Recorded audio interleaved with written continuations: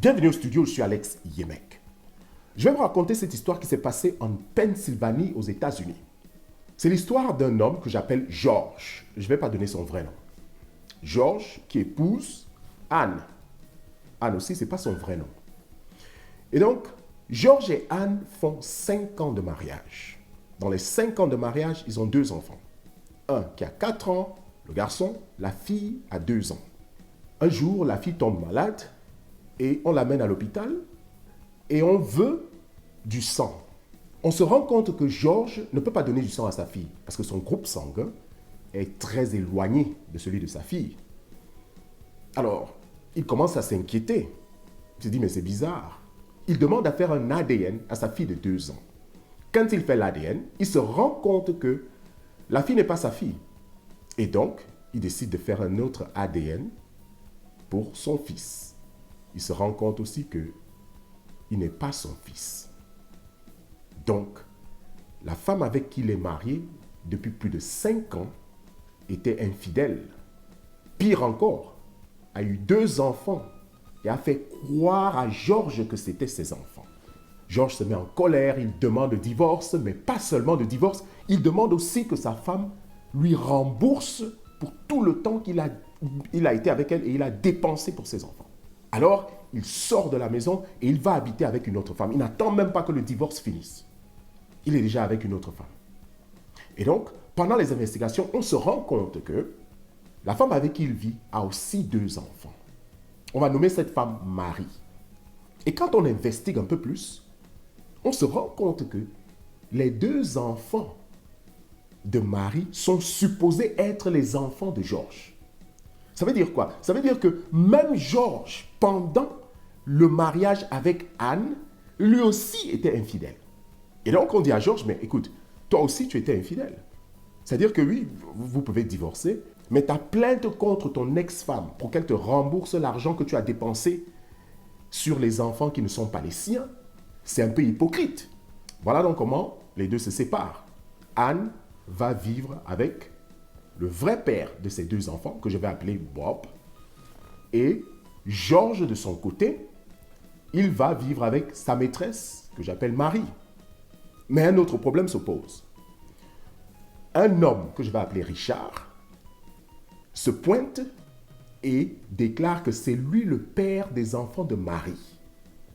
Marie, la maîtresse de George, la femme avec qui il est en train de vivre en ce moment-là. Comment ça se fait? George demande à sa maîtresse, mais c'est comment? Qu'est-ce qui s'est passé? Et donc sa maîtresse qui avoue que oui, toi tu étais marié. Tu ne m'avais rien promis. Oui, tu t'occupais des enfants. Oui, tu venais, mais j'avais besoin de quelqu'un aussi. Et donc, quand tu repartais chez ta femme, Anne, Richard venait vivre avec moi et c'est lui qui s'occupait de ses enfants. George qui demande à faire l'ADN parce que là maintenant, il est dépassé. Il fait l'ADN et effectivement, il se rend compte qu'il n'est pas le père des enfants de Marie. Donc, George se retrouve seul. Son ex-épouse, Anne, est déjà partie vivre avec Bob, qui est le vrai père de ses enfants. Et maintenant, sa maîtresse, Marie, elle aussi, décide d'aller vivre avec Richard, qui est le vrai père de ses enfants. La seule chose que George avait, c'était qu'il était beaucoup plus riche que ces 2. Il s'occupait de ses 4 enfants, croyant que c'était ses enfants. Il le faisait officiellement avec son ex-épouse Anne, et il le faisait en cachette avec sa maîtresse Marie. George sort le perdant. Non seulement il n'a pas de femme, mais aussi il n'aura pas d'enfant. Alors, dans cette vidéo, je vais parler aux hommes et je ferai une autre vidéo où je vais parler seulement de l'infidélité des femmes. Nous les hommes, nous devons comprendre une chose très importante. C'est que si aujourd'hui les femmes sont infidèles, c'est à cause des hommes. À un certain moment, les hommes ont passé leur temps à être tellement infidèles que ça a été normalisé. Les femmes, il y a certaines femmes qui vont même aller jusqu'à dire que ce sont les Occidentaux qui ont amené cette histoire de monogamie, mais les hommes sont de nature polygame. C'est-à-dire pour dire quoi? Ça veut dire qu'un homme ne peut pas être seulement avec une femme. Quand une femme est infidèle, on lui donne tous les noms. Prostituée, bordel, et on en passe. Mais quand un homme, lui, fait ça, on l'appelle qui? Quel est le nom qu'on donne alors? On trouve que c'est normal. Pourquoi? Parce qu'on est dans un monde masculin. Vous voyez dans l'histoire dont on vient de parler, tout le monde est infidèle là-dedans. Le monde dans lequel nous sommes aujourd'hui est comme ça. Les femmes aussi commencent à normaliser l'infidélité. Pourquoi? Parce que les hommes le font. Pourquoi est-ce que les femmes vont s'asseoir et continuer d'observer les hommes faire ça? Quand vous regardez la plupart des plaintes que vous entendez aujourd'hui, ce sont les femmes qui sont le plus infidèles. Même dans des églises, on ne parle plus de l'infidélité. Parce que la plupart des pasteurs que vous voyez là-bas, pas tous, mais la plupart que vous voyez là-bas, surtout ceux qui sont très populaires là, ce sont des grands infidèles. Ah oui? C'est eux qui couchent avec toutes les femmes de l'église. Les femmes mariées, les femmes célibataires, les veuves, et on en passe. Alors que les 10 commandements, les commandements les plus importants de la Bible, on parle de l'adultère. On va vous parler de toute autre chose qui plaise à des pasteurs. Mais quand il s'agit de l'adultère, l'infidélité, on n'en parle plus. Ce que l'homme ne comprend pas, c'est quoi? C'est que un homme infidèle, c'est un homme qui n'a pas de dignité. C'est un homme qui manque de respect à sa partenaire. C'est un homme qui n'a pas de parole. Sachez très bien que l'infidélité ne s'arrête pas seulement avec son épouse. Parce qu'un infidèle, c'est un menteur. Et donc, son mensonge ne s'arrête pas seulement dans son foyer. Tout ce qu'il fait, ce sera comme ça. Des hommes créent des syndicats des hommes infidèles. C'est-à-dire que dans leur soi-disant syndicat, ils réfléchissent comment ils vont tromper les femmes, comment ils vont faire des coups bas et puis ce genre de choses. Ils trouvent ça normal. Vous voyez des jeunes, aujourd'hui des jeunes dans la vingtaine, ils se disent que la seule manière dont ils peuvent montrer qu'ils sont des hommes, c'est de coucher avec multiples femmes.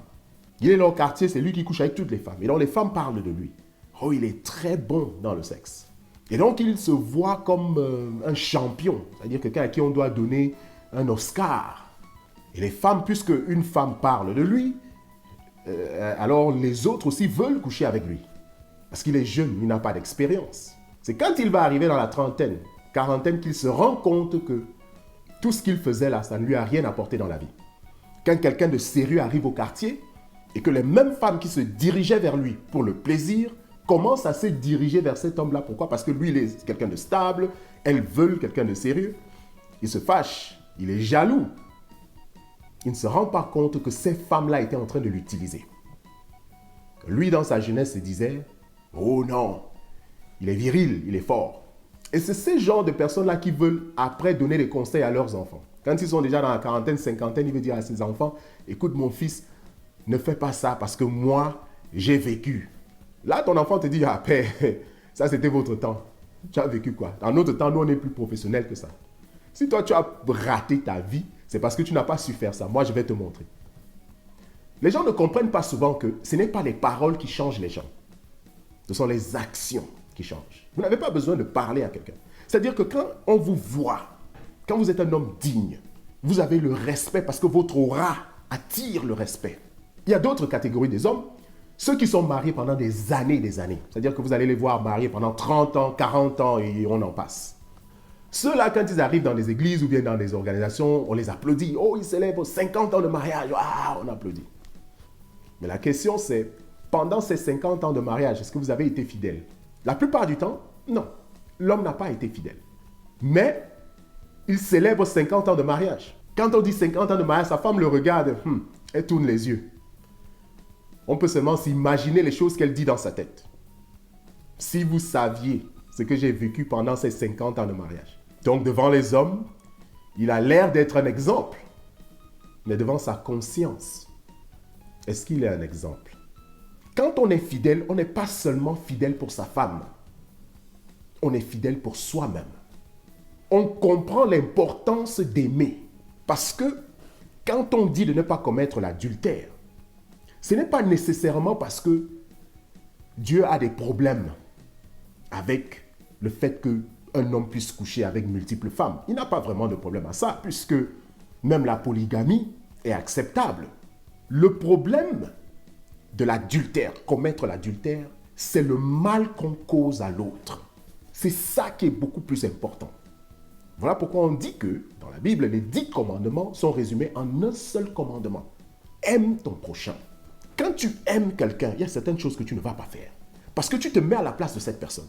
Si c'est moi qu'on traitait comme ça, quand je pars et je décide de coucher avec une autre femme, sachant que ma femme est là, qu'est-ce que ma femme va ressentir dans son cœur? C'est ça la question que l'homme ne se pose pas. Et il s'en fout. Et donc, il n'a pas d'amour. Certaines personnes vont dire, non, ce n'est pas parce qu'un homme triche que ça veut dire qu'il n'aime pas sa femme. Vous parlez de quel amour? On ne parle pas des sentiments quand on parle d'amour. Le vrai amour n'a rien à voir à faire avec les sentiments. Le vrai amour, c'est le sacrifice. Parfois, même quand on aime tellement quelqu'un, on est à mesure de laisser cette personne partir pour son bien. Parce que aimer une personne ne veut pas nécessairement dire qu'on est bon pour cette personne-là, qu'on est bien pour cette personne-là, ou qu'on peut vivre avec cette personne-là. Il y a des gens qui s'aiment, mais qui ne peuvent pas vivre ensemble. Aimer quelqu'un, c'est de faire le sacrifice pour cette personne-là. Pouvoir être patient, comprendre cette personne, se mettre à la place de cette personne-là. Si c'était moi à qui on faisait autant de mal, est-ce que j'allais supporter? Si je ne peux pas supporter ce mal, alors je ne dois pas faire du mal à quelqu'un d'autre. C'est ça le vrai amour. Voilà pourquoi on dit de rester fidèle à son mari ou à sa femme. Pour que tu ne fasses pas mal à l'autre.